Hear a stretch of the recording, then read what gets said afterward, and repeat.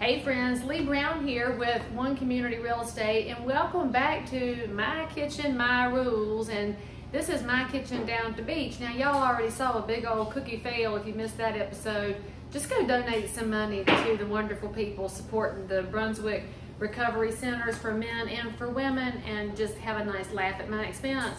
And so tonight, as a treat for y'all, because the treat for me is of course my cat head honeysuckle vodka. If y'all haven't had this is amazing stuff, and they support live music. I can't wait until live music comes back where I can go sit in a chair and look at it. I missed Jimmy Buffett this year. I don't know about y'all, but it's not summer without being a parrot head.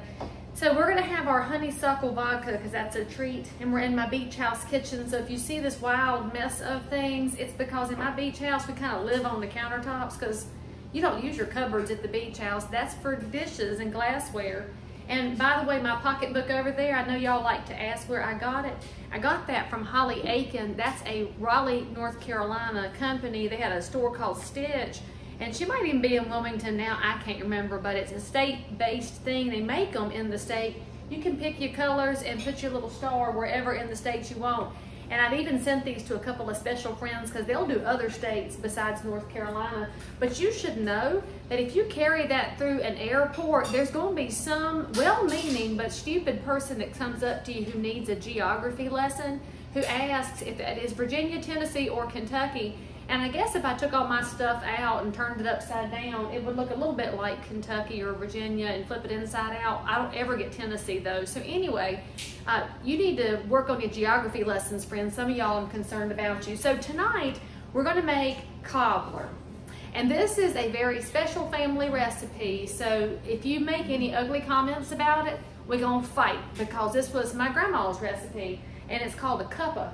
And so tonight we're going to do peach, because since I'm down here at the coast, we're going to use some South Carolina peaches. They're not in season when I made this video, and so if they were, I would buy some fresh and cut them up. As it is, we're going to get them out the bag. See, they were frozen, but I did check the label. They are actually from South Carolina, distributed by people in Chapel Thrill. And I like how it says country of origin. Y'all, if you're not paying attention, you better be looking at the country of origin on everything that you put on your family's table, especially the meats, because there's some crazy shit going on out there. And so that's the fruit. It goes in your 9x13. See, if you have your 9x13, you know you're invited to go to church with me. And if you don't, I'll invite you anyway. We'll go buy you one, because you need one of these to have admission to a Southern church. So then we're gonna get our mixing bowl. Legit, y'all, this is stupidly easy, and anybody who can measure and who owns a couple of things can make this. So you might be as dumb as a box of rocks, you can still make this cobbler. So while I measure out my other things, I got 1 stick of butter, okay? 1 stick. I'll put that in the microwave and let that get melted down. It doesn't matter if it's salted or unsalted, frankly. I really don't always know or care about the difference. We need a cup of sugar, and as y'all know, we use Dixie Crystals. And if they don't have Dixie Crystals in the grocery store, then hopefully you have trained your children as well as I have trained mine, because the last time they went to the grocery store with their daddy, they knew he was about to buy the wrong brand of something, and they intervened. I'm very grateful that my children will intervene, because they also know that if you're going to have flour, it's got to be White Lilly. I don't know why y'all buy other brands. You need to learn to listen. I'm full of good advice. And so in addition to that 1 cup of sugar, we're going to add 1 cup of flour. They don't have Dixie Crystals at the Walmart. Walmart. We don't buy groceries at Walmart. Well, we was at Walmart. We have now a cup of White Lilly self-rising flour. Now, if you don't use self-rising, you're going to have to add your baking powder and salt so that it will rise. So make your life easy and get self-rising.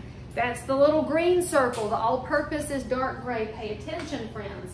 So now we have those 2 things. We're going to put a wee tiny bit of salt in it just because it belongs in there. And so I don't know, like a 1/4 of a teaspoon. There, about that much. That's how much salt you want. Put that in there. Now, I'm going to add 1 cup of milk. Are you catching on to why this is a Cuppa Cobbler? It's a cup of sugar, a cup of flour, a cup of milk, and then actually it's a 1/2 cup of butter, but it's a stick. we don't want to use a whole cup of butter, but frankly you could. I don't think it would be bad. I've had it both ways and it's just delightful, but we will just use one stick. And then we're just gonna add a little bit of vanilla flavoring because you need a little bit. So I guess if you're a measuring type person, you put in about a teaspoon or thereabouts. There is an actual reality, friends. You can use too much vanilla. And so then we're just gonna take a fork and mix it up. You don't need a mixer, a stand mixer, a hand mixer, a whisk. You don't need anything fancy. That's why this is a very magical thing. Oh Lord, I forgot to cut my oven on. I better turn that on to preheat. And you know how many degrees we need, right? What do we use on Leigh's channel? That's right, 350 degrees. And so the oven is preheating. All you're gonna do is stir it up until the lumps are out. This is not any kind of whipping it for soft peaks or for anything special. Just get your lumps out mostly. You don't even have to, frankly, get all of them out. They're still gonna taste fine. Just make sure that your butter is all melted or you will have a little butter pocket in your cobbler. And frankly, that's the best part. It's kind of like when you have a soft streak in your pound cake. And friends, if you have never had pound cake with a soft streak in it, then frankly, you have been missing out. And if you don't, well, some people call it a sad streak. I call it a happy streak. I have been known to run through the house and hop up and down in front of the stove to make my pound cake create a sad streak. All right, now we got it.